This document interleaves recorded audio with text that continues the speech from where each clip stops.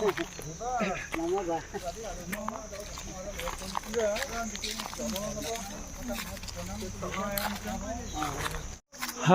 pengang pultai ciade gilja nokoni gilja pot nemo ya gopra moni banga gilja khana khande ke biani na khodak gen ende meni bisa dong barang de ri banara khanpha khon sokba jok cinga donga ari tarang bisa rang ba cima barang donga ke mondol ledar sang donga phamung donga wan deke cinga dau program ko khande ki khagen gilja noko program mun machota ha tangan thamonang program lang dongi nga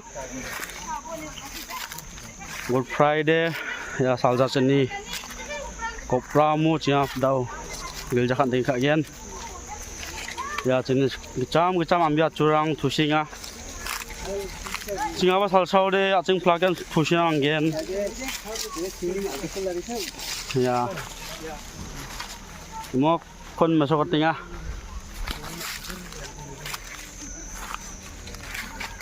cing manik nogor asong ni kopram de ana min gak suah bolba bol lari biaba aba nama rotua ya pla kon masuk ke tengah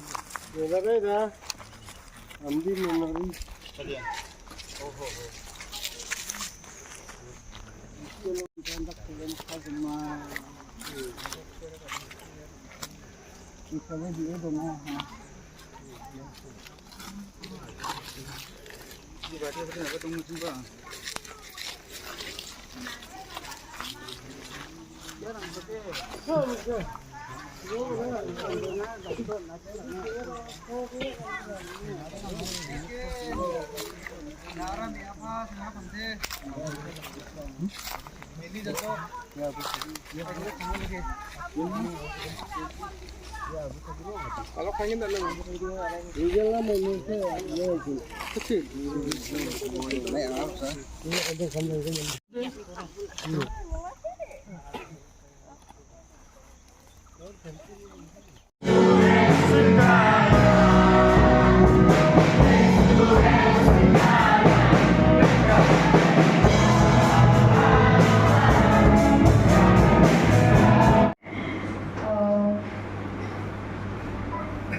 और प्रभु का धन्यवाद हो कि आज का दिन हम सबको देखने को मिला एंड देन स्पेशली हम धन्यवाद देते हैं पास्टर को भी कि ये समय हमको देने के लिए एंड देन मुझे नहीं लगा था कि हम ऐसे ही खड़े होके सबके सामने कुछ बोलेंगे पर ये रियल में प्रभु का बहुत बहुत धन्यवाद हो कि हम यहाँ पर खड़े हो पाए एंड आप लोग के बीच में कुछ बातों को हम शेयर करना चाहते हैं जो परमेश्वर ने मुझसे बात किया तो वही चीज़ हम आपको बताना चाहते हैं हम लोग सुनने से पहले एक छोटा सा प्रार्थना करेंगे फिर हम लोग स्टार्ट करेंगे उम्मीद करते हैं कि आप लोग को मेरा हिंदी समझ में आ रहा है ना ओके आइए हम लोग प्रार्थना करें धन्यवाद सामर्थ्य खुदावन पिता परमेश्वर आपको धन्यवाद करते इस वक्त और सुंदर समय के लिए जो आपने हम सबको देखने दिया है धन्यवाद करते हैं कि हम ये विश्वास है हमारा कि आप हम सभी के बीच में उपस्थित है परमेश्वर पिता और जो भी वचन से आज हम सीखेंगे खुदावन पिता परमेश्वर जो भी आज हम बोलेंगे खुदावन पिता परमेश्वर मेरे मुंह के द्वारा खुदावन पिता आप हम सबके हृदय में बात कीजिए खुदावन पिता ताकि उसको हम समझने पाए उसको अपने जीवन में इस्तेमाल करने पाए खुदावन धन्यवाद करते हैं सारी बातों के लिए सारी चीज़ों के लिए छोटी सी प्रार्थना हमारे उद्धारकर्ता प्रभु यीशु मसीह के नाम से मांगते हैं आमीन बाइबल पाठ है हमें दिया गया है मरकुस रचित सुसमाचार उसका 15 का 42 and 43 Mark chapter 15 verse 42 and 43 हम इंग्लिश में पढ़ के सुना रहे हैं इस प्रकार लिखा है It was preparation day that is the day before Sabbath so as evening approached Joseph of Arimathea a prominent member of the council who was himself waiting for the kingdom of went boldly to Pilate and asked for Jesus' body. इससे पहले हम लोग इतना दिन से शायद everyday हम लोग कुछ ना कुछ इस पूरा वीक सुनते आ रहे हैं कि पाम संडे के दिन जीसस जेरूसलम में गया। इसके बाद और भी बहुत कुछ हुआ। फिर वो प्रेयर करने के लिए अपने डिसाइपल्स को लेकर गया, प्रार्थना किया, वहाँ पर परमेश्वर की इच्छा को उसने मांगा। इसके बाद जाके उसको क्या किया गया, उसको पकड़ा गया और पकड़ने के बाद उसको क्या किया गया, क्रूस में डाल दिया गया, है ना, क्रूस में डाल दिया गया। इससे पहले हम लोग देखते हैं कि उसको क्या हुआ। चैप्टर 15 में अगर हम लोग देखते हैं तो पिलातुस के पास उसको लेकर गया। फिर इसके बाद लोगों ने उसका मजाक उड़ाया, वहाँ का जो सोल्जर्स था, जो आदमी था, उन लोगों ने उसका मजाक उड़ाया। फिर उसको क्रूसीफाइड किया गया। फिर यीशु मसीह का मृत्यु को हम लोग देखते हैं। तो आज गुड फ्राइडे हम लोग इसीलिए सेलिब्रेट करते हैं ना कि जीसस का डेथ। हमको याद है जब स्कूल के टाइम में थे तो सब बोलता था good Friday good Friday good Friday. तो जब जीसस मरा तो वो गुड क्यों हुआ, मतलब अच्छा इसमें क्या है। वो मर गया तो कहीं ना कहीं हमें सैड होना चाहिए, कहीं ना कहीं हमें दुखी होना चाहिए कि यीशु मसीह आज मर गया है। फिर इसको हम लोग गुड फ्राइडे क्यों बोलते हैं। तो मेरी एक दीदी बताती है, क्योंकि तब हम काफ़ी न्यू थे, मतलब हम बचपन से क्रिश्चियन थे पर प्रभु में काफ़ी न्यू थे, ठीक है। तो वो दीदी लोग हमको लीड करते थे। तो वो लोग बताए कि नहीं, इसको गुड फ्राइडे इसलिए बोलते हैं क्योंकि आज के दिन यीशु मसीह मरा तो सही, ये दुखी वाला बात तो है, पर वो किस लिए मरा, हमारे पापों के लिए मरा, वो हमारे लिए मरा। इसीलिए आज हम लोग बोल सकते हैं कि हाँ, हमारा जो जितना भी गलत काम किया है परमेश्वर ने लेकर गया और हम अभी क्या है, साफ है ना। ये हम लोग बोल सकते हैं कि अभी हम लोग साफ है क्योंकि परमेश्वर ने हमारे सारे पापों को लेकर गया। तो इसीलिए आज गुड फ्राइडे है। इसलिए आज का दिन बहुत सारी जगह में बहुत धूमधाम से मनाया जाता है। एंड सब कोई, जो भी चर्च में आप देखोगे, परमेश्वर का वचन बांटता है, पर कोई दुखी होकर नहीं बांटता है, सब खुशी से बांटता है। हाँ, वो मरे, वो बहुत दुखी की बात है, पर एक खुशी की बात क्या है कि वो हमारे लिए मरे। एक खुशी की बात क्या है कि हमारा पाप अब क्षमा किया गया। एक खुशी की बात क्या है कि अब हम निष्पाप हैं, है ना, हम निष्पाप कहलाएंगे। अगर शैतान या कोई भी आके बोल दे कि अरे तुम्हें ये क्या, वो क्या, ऐसे क्या, वैसे क्या, तुम तो बहुत पापी है, तुम्हें तो मर जाना है, ऐसे लोग बोलते हैं ना। कभी कभी कुछ आप गलत काम करते हो तो लोग आपको बहुत सारी बातें बोलते हैं कि अरे तुमने ऐसा किया, उसके साथ तुमने इस तरह से बात किया या उसको इस तरह से बोला, गलत चीज़ें बोला, तुम बहुत बड़ा पापी है। एक चीज़ हमें याद रखना चाहिए, दो हम पापी हैं पर हमारे पाप क्या हुए, क्षमा हो गए ना। उस कलवरी क्रूस में हमारा पाप क्षमा किया गया। किसने किया, यीशु मसीह ने हमारा पाप को क्षमा कर दिया, है ना। तो इसीलिए हम लोग इस गुड फ्राइडे को हम लोग मानते हैं। इस वर्ष में हम सबसे पहले जब इसको पढ़ रहे थे, मुझे बस एक चीज़ मेरे दिमाग में आया, एक ही व्यक्ति के बारे में, जो जोसेफ है ना, उसके बारे में। तो इस व्यक्ति के बारे में जब हम जाने, सुने, पढ़े, एंड देन मुझे लगा कि शायद मुझे उसके बारे में बताना चाहिए कि वो किस तरह का व्यक्ति था, है ना। तो आज का जो सरमन का मैंने टॉपिक दिया है वो क्या है, ऑनरिंग क्राइस्ट, परमेश्वर का आदर करना, यीशु मसीह का आदर करना, उसका सम्मान करना। तो हम लोग जानेंगे कि कैसे ये जो जोसेफ था वो यीशु मसीह का कैसे आदर करता है या किस तरह से ऑनर करता है ना यीशु मसीह का। तो वो हम लोग अपने जीवन में भी अप्लाई कर सकते हैं। इससे पहले अगर हम लोग पहले देखेंगे चैप्टर 15 का वर्स 1 से लेकर, तो वहाँ पर और एक व्यक्ति के बारे में बताया गया है, बरब्बस। सबको को पता है ना कि वो एक मर्डरर था, उसने पता नहीं कितना कितना लोगों का मार दिया होगा, वो जेल में था। पर उस समय का ऐसा सीजन था कि जो पिलातुस था उसको एक जन को छोड़ना था, ठीक है, एक जन को छोड़ना था ताकि दूसरा को क्रूस में दिया जाए। तो उसका डिसीजन था कि ठीक है, एक जन को छोड़ना है। अगर हम वो लोग ने डिसाइड किया कि बरअब्बस को छोड़ दिया जाए, पर वो तो खूनी था, उसको कैसे छोड़ सकते हैं ना। पर उन लोगों ने कहा कि नहीं, इसको छोड़ दो, यीशु मसीह को उसके बदले क्रूस पे डाल दो, क्योंकि पिलातुस को भी पता था यीशु मसीह ने कोई गलत काम नहीं किया, उसके अंदर कोई गलत चीज़ उसे नहीं दिखाई दिया। चाहे वो लोग जितना भी उसके बारे में बोले कि वो ऐसा है या वैसा है, जितना भी कुछ बोले, पर गलत तो नजर नहीं आ रहा, तो वो उसको सजा नहीं दे सकता था। पर उन लोगों का इच्छा था कि बरअब्बस को छोड़ दिया जाए और यीशु को क्रूस पे चढ़ा दिया जाए। हम जब छोटे थे, मैंने एक स्टोरी इसके बारे में, बरअब्बस के बारे में एक कहानी देखा था। उसमें बरअब्बस कहीं जा रहा था, ठीक है, रास्ता में जा रहा था, तो यीशु मसीह भी उसी रास्ता में जा रहा था। और बरअब्बस यीशु मसीह के बारे में काफ़ी सुना था कि काफ़ी फेमस इंसान है ये यीशु मसीह, ठीक है। तो जा रहा था, उसमें बरअब्बस मिलता है और उसको बोलता है कि यीशु, हम लोग एक साथ काम करेंगे तो बहुत पैसा हम लोग कमा सकते हैं, बहुत अमीर हो सकते हैं, बहुत धनी हो सकते हैं। तो यीशु मसीह वहाँ पर उसको एक ही चीज़ रिप्लाई करता है, उसको बोलता है कि हम तुम्हारे लिए मर भी सकते हैं पर तुम्हारे साथ काम नहीं करेंगे। मतलब चोरी करना, हत्या करना, ये सब लोग तुम्हारे साथ नहीं कर सकते, पर एक चीज़ कर सकते हैं, वो है तुम्हारे लिए मर जाना, ठीक है। सबने हंस दिया, ऐसे कैसे कोई किसी के लिए मर सकता है ना, क्योंकि अगर रैंडमली कोई इंसान आके बोल देगा कि हम तुम्हारे लिए मर सकते हैं पर हम तुम्हारा साथ नहीं दे सकते, कौन विश्वास करेगा, है ना। कोई विश्वास नहीं किया उस समय में।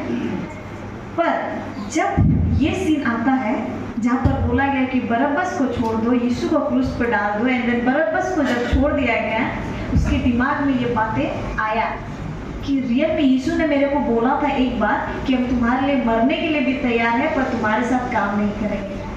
उसके कामों के कारण उसको क्रूस पर होना चाहिए, पर वो क्रूस किसको मिला? यीशु मसीह को। उस दिन बरअब्बस शायद काफी रोया होगा ना, मुझे तो लगता है कि उसका लाइफ पूरा चेंज हो गया होगा उस दिन। मतलब उसके बाद से उसने अपना लाइफ को शायद परमेश्वर के हाथों पे सौंप दिया होगा। हम ये विश्वास करते हैं, नहीं है, उसका कोई स्टोरी लिखा नहीं है, पर ये हम विश्वास करते हैं जरूर उसका लाइफ चेंज हो गया होगा। कैसे? पर यीशु मसीह ने जब बलिदान दिया उसके लिए, तो ऑफकोर्स वो चेंज हो गया होगा ना। आप विश्वास करते हैं ना चेंज हो गया होगा? करते हैं कि नहीं? करते हैं, ओके। क्योंकि हम ये विश्वास करते हैं कि मेरे गलत कामों की वजह से क्या है, परमेश्वर ने अपने आप को क्रूस पर दिया तो हम बदल गए। उसी तरह हम भी विश्वास करते हैं बरअब्बस भी बदल गया होगा उस समय में। ओके, यहाँ पर मेरा बोलने का मतलब है, यहाँ पर जोसेफ जो था, अगर उसके बारे में अगर आप जानेंगे या सीखेंगे तो वो क्या था, बहुत ही धनी व्यक्ति था, बहुत अमीर। एक पोजीशन था उसका कि वो सबसे हाई पोजीशन में था। क्या वो सेंट हेनरिस जो काउंसिल था उसका वो मेंबर था। मतलब उस समय का न्यायालय जहाँ पर न्याय होता था ना, ज्यूस लोगों का जितना भी न्याय होता था उस जगह में होता था, तो उस जगह का वो क्या था, मेंबर था। तो उसके हाथों में वो अधिकार भी था सारा चीज़ का, मतलब जो भी कानून का था ना, कानून उसके हाथ में था, बोल सकते हैं, ठीक है। तो उस जगह का वो मेंबर था और क्या था, वो काफ़ी अमीर भी था, ठीक है, काफ़ी अमीर भी था। फिर भी अगर आप उसको देखोगे, यहाँ पर जो हम लोग 43 में देखिए कि वो क्या करता है, यीशु मसीह का बॉडी को लेता है ना। पिलातुस के पास जाता है और यीशु मसीह का बॉडी को वो मांगता है कि आप मुझे उसका बॉडी को दो। तो अगर हम उसको और एक जगह में हम लोग देखेंगे, लूक 23 का 50 और 50 एंड 51 में हम लोग देखते हैं, वहाँ पर उसको क्या कहा गया है, लूक ने उसको क्या कहा गया है, लूक ने उसको क्या बोला गया है कि वो क्या है, गुड एंड राइचियस, वो धार्मिक और बहुत ही अच्छा व्यक्ति है ना, धार्मिक और अच्छा व्यक्ति है। किसको कहा गया है? जोसेफ को कहा गया है, धार्मिक और अच्छा व्यक्ति है। उसके बारे में हम लोग कहीं नहीं पढ़ेंगे कि वो क्या करता था, किस तरह, कैसे, किस तरह, उतना हम लोग नहीं पढ़े हैं कि वो यीशु मसीह के में भी उसके साथ जाता था कि नहीं जाता था, उतना हम लोग को डिटेल्स नहीं पता है। पर यहाँ पर लूक मेंशन करता है वो क्या है, धार्मिक और अच्छा व्यक्ति था। क्यों? क्योंकि उसको पूरा जो मोसेस का जो लॉ है मोसेस का जो बुक है, यानी कि जेनेसिस, एक्सोडस, लेविटिकस, नंबर्स, डिट्रोनोमी, उस सारा चीज़ों को वो शायद क्या क्या था, रट के रखा था ना। जितना भी लॉ है, जितना भी वचन था, उसने क्या क्या था, सारा चीज़ अपने जहन में रख दिया था। उसको सारा चीज़ के बारे में पता था। अगर कोई उसको खड़ा होकर बोले ना कि तुम ये सब वचन से बता, तो बिना देखे, बाइबल का भी जरूरत नहीं, बिना देखे वो बोल सकता था। इतना वो लोग फैरिसीज जो लोग थे, इतना मेमोराइज करके रखते थे, ठीक है। तो वो भी उसी तरह था, उसको सारा लॉ के बारे में पता था। और लॉ में था क्या, परमेश्वर के राज्य के बारे में वहाँ पर बताया गया था। फिर और आप आइजिया में भी पढ़ेंगे तो यीशु मसीह के बारे में नाम मेंशन नहीं है, पर यीशु मसीह के बारे में बताया गया था, ठीक है। इसके बाद और भी बहुत सारी चीज़ें यीशु मसीह के बारे में, बहुत सारी बातों को बताया गया है। परमेश्वर के राज्य के बारे में बताया। यहाँ पर यीशु मसीह भी पूरा, अगर गॉस्पेल में आप देखोगे, मत्ती, मार्क, लूक, जॉन, तो वहाँ पर क्या बताता है यीशु, परमेश्वर के राज्य के बारे में बताता है ना। परमेश्वर का राज्य आने वाला है, परमेश्वर के राज्य के बारे में। और जॉन बपतिस्मा देने वाला, वो भी क्या करता है, परमेश्वर के राज्य के लिए लोगों को क्या बोलता है कि अपने पाप को अंगीकार करो, मतलब अपने रिपेंट करो, तुम अपने पाप से क्या करो, अंगीकार करो, है ना। वो भी यही बताता है। तो ये लोग को विश्वास था, जोसेफ को भी विश्वास था कि यीशु मसीह में कुछ तो बात है, परमेश्वर के राज्य के बारे में बताता है, जो कि पुराना नियम में लिखा हुआ है। तो उसको ये सब के बारे में नॉलेज था, इसीलिए वो सब सारा बातों को वो जहन में रखा था। इसका मतलब कहीं ना कहीं उसको ये यकीन हो गया था कि यीशु मसीह क्या है, परमेश्वर का पुत्र है ना। कहीं ना कहीं उसको पता था कि यीशु मसीह परमेश्वर का पुत्र था। शुरू में शायद थोड़ा हिचकिचाहट था, क्योंकि उसके पास धन दौलत सब कुछ था, इसलिए मैं भी शायद वो यीशु मसीह को डायरेक्टली उसके साथ या उसके पीछे पीछे नहीं जा पा रहा था, पर वो छुप के उसके साथ था, ठीक है। कहीं ना कहीं छुप के उसके साथ था। क्यों? क्योंकि कहीं ना कहीं हम लोग देखते हैं कि हमारे पास जब पोजीशन होता है तो हम थोड़ा नर्वस हो जाते हैं, डर जाते हैं, पता नहीं लोग क्या बोलेगा, पता नहीं शायद ये जो न्यायालय है उससे मेरे को कहीं निकाल ना दे। कहीं ना कहीं हम लोग ये भी सोचते हैं ना। जैसे हम जब स्कूल में थे तो जब भी कुछ भी होता था, गड़बड़ होता था, झमेला होता था, झगड़ा होता था, बच्चा लोग के बीच में हमेशा झगड़ा होता है ना, तो वैसे हम लोग के बीच में होता था। पर कभी खड़ा होकर ये नहीं बोल पाते थे कि उसने गलती किया या इसने गलती किया है ना। कहीं ना कहीं हम ये डरते हैं शायद मेरा दोस्त गलत समझे, शायद टीचर गलत समझे, ये हमारे अंदर में एक डर रहता है। तो कहीं ना कहीं मैं भी इसके अंदर भी थोड़ा सा हिचकिचाहट होगा, ओके। तो और हम लोग ये भी देखते हैं कि वो क्या है, परमेश्वर का चेला भी कहलाया है। कैसे? 12 चेला के बाद वो परमेश्वर का चेला भी कहलाया है। 12 चेला में नहीं, पर 12 चेला के बाद वो परमेश्वर का चेला भी कहलाया है। अगर आप यूहन्ना रचित सुसमाचार उसका 19 का 38 में अगर पढ़ते हैं, 19 का 38 में कहते हैं, तो यूहन्ना क्या लिखता है कि वो क्या था, यीशु मसीह का एक चेला था, ठीक है। यीशु मसीह के पीछे चलने वाला व्यक्ति था। यीशु मसीह जहाँ भी जाता था वो जाता था, पर सबके सामने वो अपने आप को नहीं दिखाता था।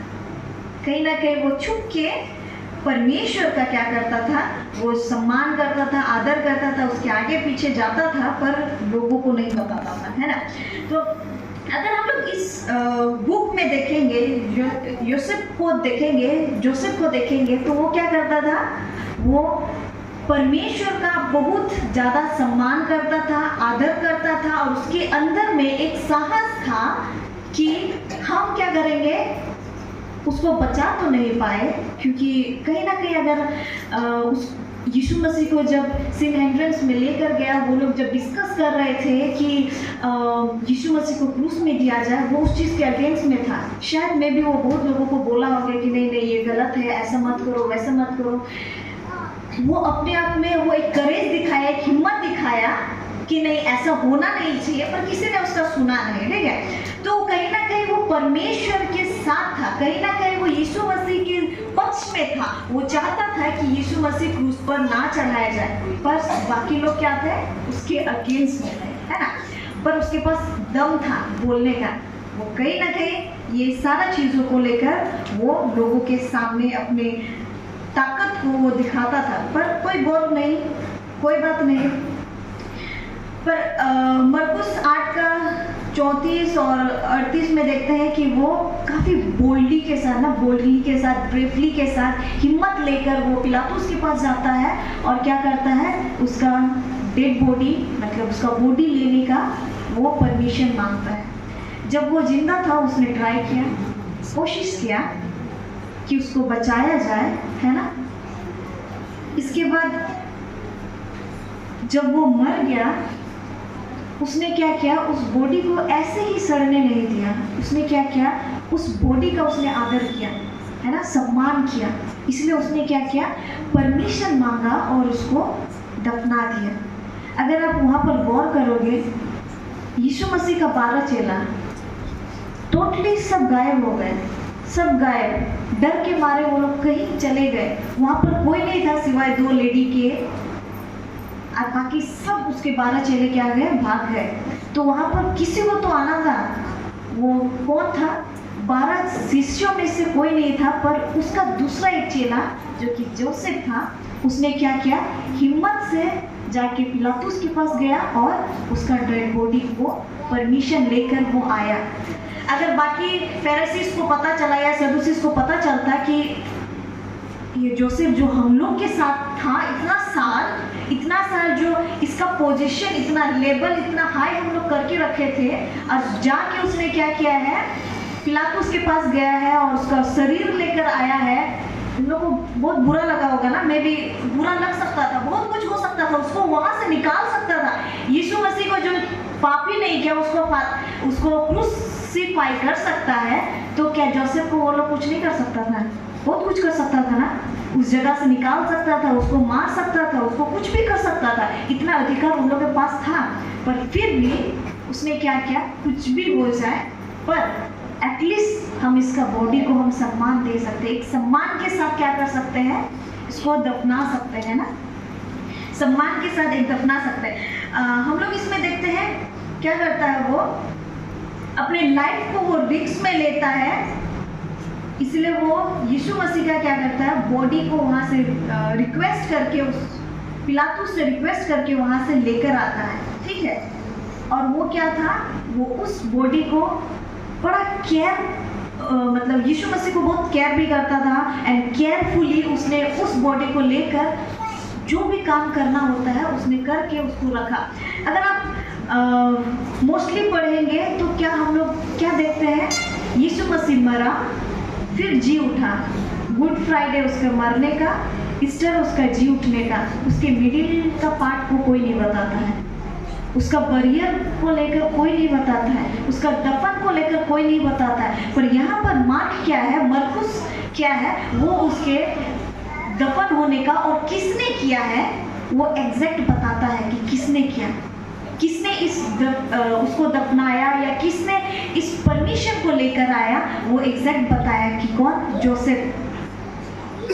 उसका पोजीशन हाई था, उसको उसके साथ कुछ भी हो सकता था, पर वो क्या किया, आगे बढ़ा और क्या किया है, आगे बढ़ के उसने हिम्मत दिखाया कि वो हर एक लोगों के अगेंस्ट जाके परमेश्वर के साथ जाए, है ना, ऑनर करे, उसको आदर दे, उसको सम्मान दे, है ना, उसका एटलीस्ट उसका बॉडी को वो सम्मान दे सके, है ना। तो उसके अंदर का जो डिजायर है वो क्या था, होली था। उसके अंदर का एक डिजायर क्या था, वो होली था। जॉन कैल्विन वो भी बोलता है कि हमारे अंदर का जो डिजायर होता है वो होली होना चाहिए। अगर हमारे अंदर का डिजायर होली हुआ तो हम क्या कहलाएंगे, हम भी उसी के बेटा और बेटी कहलाएंगे, है ना। उसने उसका मृत्यु में कुछ नहीं कर पाया, पर एटलीस्ट उसका एक डिजायर बहुत अच्छा था, क्या, कि उसका शरीर को हम सही तरीके से दफन करें। एक डिजायर, एक इच्छा जो अच्छाई का है ना, एक इच्छा जो अच्छाई का। अगर हम लोग यहाँ पर सब कोई हैं, एक समय में ऐसा हो सकता है जब हम लोग के अगेंस्ट बहुत सारे लोग आ सकते हैं कि तुम लोग क्रिश्चियन हो, तुम लोग धर्म परिवर्तन करते हो, तुम लोग मतलब ये हिंदुस्तान के अगेंस्ट में हो, लोग बोल सकते हैं या डायरेक्टली आपको धमकी दे सकते हैं या आपके जॉब से आपको निकाल सकते हैं, आपके घरों से निकाल सकते हैं। बहुत सारी जगह में ऐसे हो रहा है जो हम लोग मणिपुर का सिचुएशन को देख सकते हैं। लोग ऐसे बोल सकते हैं, पर हमें याद रखना है जोसेफ ने क्या किया।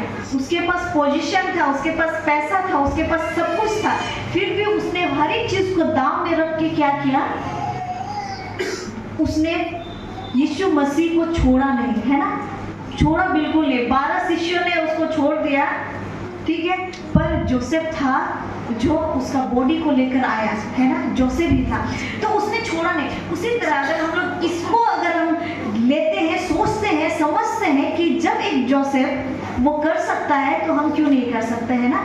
हम जब मणिपुर का सिचुएशन को देखते हैं कि वो लोग इतना कुछ उन लोग के साथ हुआ, पर स्टिल वो लोगों ने क्या किया, परमेश्वर को छोड़ा नहीं। मैंने कुछ क्लिप्स को देखा, कुछ वीडियो को देखा, वो लोग जंगल में जाके वर्शिप कर रहे थे। संडे सर्विस एक अच्छा सा चर्च है हमारे पास, उसमें हम वर्शिप कर रहे हैं। वो लोग क्या कर रहा है, जंगल में जाके परमेश्वर का क्या कर रहा है, आराधना कर रहा है, आदर कर रहा है। उन लोगों ने छोड़ा नहीं परमेश्वर का आराधना करना। सिचुएशन खराब था, बहुत सारा प्रॉब्लम्स था, बहुत सारे लोग मारे गए, घर जल गया, सब कुछ हो गया, पर फिर भी परमेश्वर का आदर करना नहीं छोड़ा। इसके साथ भी बहुत कुछ हो सकता था, वो जानता था, पर फिर भी उसने यीशु मसीह का आदर करना नहीं छोड़ा। उसने लास्ट मोमेंट तक उसका साथ दिया, क्योंकि वो विश्वास करता था कि उसका जो यीशु मसीह का जो वचन था, यीशु मसीह ने जो कहा है कि परमेश्वर का राज्य आने वाला है, उस सारी बातों को विश्वास करता था। बाकी फरीसी लोग क्या करते थे, सुनते थे, उन्हें पता था ये वचन है कि परमेश्वर के राज्य के बारे में सारा वचन उन लोगों को पता था, पर वो लोग क्या करते थे, एक रूल्स में बंधे हुए थे कि नहीं, यीशु मसीह वो व्यक्ति नहीं हो सकता, वो लोग ये सोचते थे। पर ये जोसेफ क्या था, कहीं ना कहीं उसके अंदर में वो पवित्र आत्मा काम कर रहा था कि यही वो व्यक्ति है जो परमेश्वर है, यही वो व्यक्ति है जो परमेश्वर का राज्य में लेकर जाएगा, यही वो व्यक्ति है जो तुम्हें अनंत जीवन दिला सकता है ना, यही वो व्यक्ति है। तो कहीं ना कहीं ये जोसेफ क्या था, वो विश्वास था उसके अंदर, उसके लाइफ में सब कुछ था, वो आराम से अपने जीवन को जी सकता है। एक तो स्टोरी में जिसमें बोलता है ना, यीशु मसीह बोलता है ना कि ऊंट के सुई के जो छेद होता है ना, उसमें उठ कर जाना पॉसिबल है, पर एक अमीर व्यक्ति को स्वर्ग जाना इम्पॉसिबल है। क्यों? क्योंकि अमीर लोग ज़्यादा ऐसे होते हैं ना कि इतना सारा धन संपत्ति कैसे हम किसी को दे दें, बहुत प्रॉब्लम लगता है, किसी को कुछ देने में हमें बहुत प्रॉब्लम होता है। पर अगर हम दे दिए तो हम क्या हुए, कहीं ना कहीं परमेश्वर के संतान हुए ना। जैसे लाजरस और वो अमीर व्यक्ति का स्टोरी हम लोग जानते हैं, किस तरह लाजरस पूरा जब दुनिया में था उसने बहुत दुख सहा, बहुत कुछ किया। अमीर व्यक्ति क्या था, खाया, फेंका एंड देन ऐश किया। उसने किसी के बारे में नहीं सोचा, उसके पास मतलब बाइबल भी था, वचन भी था, सब कुछ था, पर उसने कभी पढ़ा भी नहीं, कभी गौर भी नहीं किया। जब वो नरक में गया तब उसको रियलाइज हुआ। तो हमें पहले ही रियलाइज कर लेना चाहिए, मरने तक का वेट नहीं करना चाहिए कि अभी जवान है। स्पेशली हम लोग मेरी मम्मी हमेशा इंकरेज करती है ना कि जब तक तुम जवान हो तब तक परमेश्वर में और आगे बढ़ो, क्योंकि जब तुम बुढ़ापा हो जाओगे, ना चलने लायक रहोगे, ना तो बैठने लायक रहोगे, तुम कैसे उसका स्तुति आराधना करोगे। अभी अगर हम जवान हैं और हम विश्वास करते हैं, यहाँ पर जितने जन भी है सब जवान है, कोई यहाँ पर है जो बोल सकता है कि हम काफ़ी बूढ़े हो गए, हम चल नहीं सकते? कोई नहीं ना, इतना दूर से सब चल के आए हैं कि सब जवान है, सब एक्टिव है। कहीं भी आपको बोल दिया जाए कि वहाँ पर जाके उसको बोलो परमेश्वर का वचन, आप एक्टिवली बोल सकते हो ना कि हाँ परमेश्वर जिंदा है। गुड फ्राइडे के दिन वो मर गया, उसको गाड़ा गया, वो ईस्टर के दिन जिंदा हुआ और वो अनंत काल तक जीवित रहेगा, है ना। वो हमारे हृदय में अब जिंदा है। हम लोग ये बोल सकते हैं, लोगों को बता सकते हैं ना। तो जोसेफ भी कहीं ना कहीं इसके बाद शायद उसने सबको को ढिंढोरा पीटा होगा ना, अरे यीशु मसीह जिंदा हो गया, जिसको मैंने कब्र में जाके दफन के आया था, आज क्या हुआ, वो जिंदा है। शायद मैं भी उसने बहुत सारे जगहों में बताया होगा, और शायद मैं भी किसी ने उसको मार भी दिया होगा, शायद किसी ने उसको उसका जो पोजीशन है उससे शायद उसको गिरा भी दिया होगा, कुछ भी हो सकता है, उसके बारे में बाइबल में नहीं लिखा है, लेकिन कुछ भी हो सकता है ऐसा। पर अगर आपके और हमारे हृदय में परमेश्वर के लिए एक सम्मान, एक रिस्पेक्ट, एक प्यार होगा तो हम कुछ भी कर सकते हैं, है ना, कुछ भी कर सकते हैं। मेरी मम्मी हमेशा बोलती है कि जब भी कुछ भी काम करो एक चीज़ याद रखना है, फोर्सफुली मत करना, हमेशा स्माइल के साथ करना है, हमेशा सुकून। जब आप कुछ करते हो, अगर आपके हृदय में सुकून है, शांति है, तो क्या होता है कि आपको वो चीज़ काम करने में मज़ा आ रहा है ना। शायद जोसेफ को भी मज़ा आ रहा होगा, उसको पता था पोजीशन मेरा सब कुछ चला जाएगा, पर उसके अंदर कहीं ना कहीं एक सुकून था कि कुछ भी हो जाए, एक ना एक दिन हम परमेश्वर का राज्य में जाएंगे, है ना। परमेश्वर का राज्य जो ये धरती नहीं है, जो परमेश्वर बना रहा है हमारे लिए, वहाँ कहीं ना कहीं उसके अंदर में सुकून था, हमारे अंदर में भी वो सुकून होना चाहिए। तो इस व्यक्ति से मैंने क्या सीखा वो हम आप लोगों को बता रहे हैं। क्यों? उसके पास बहुत कुछ था, पर वो परमेश्वर को सम्मान देना चाहता था, वो परमेश्वर में जाना जानता था। ये भी शायद उसने शुरुआत में नहीं जाना, पर बाद में जब जाना तो बाकी 12 चेले भी उसके सामने फेल, है ना, 12 चेले भाग गए, पर वो अंत तक उसके साथ था, है ना। तो हमें भी क्या करना है,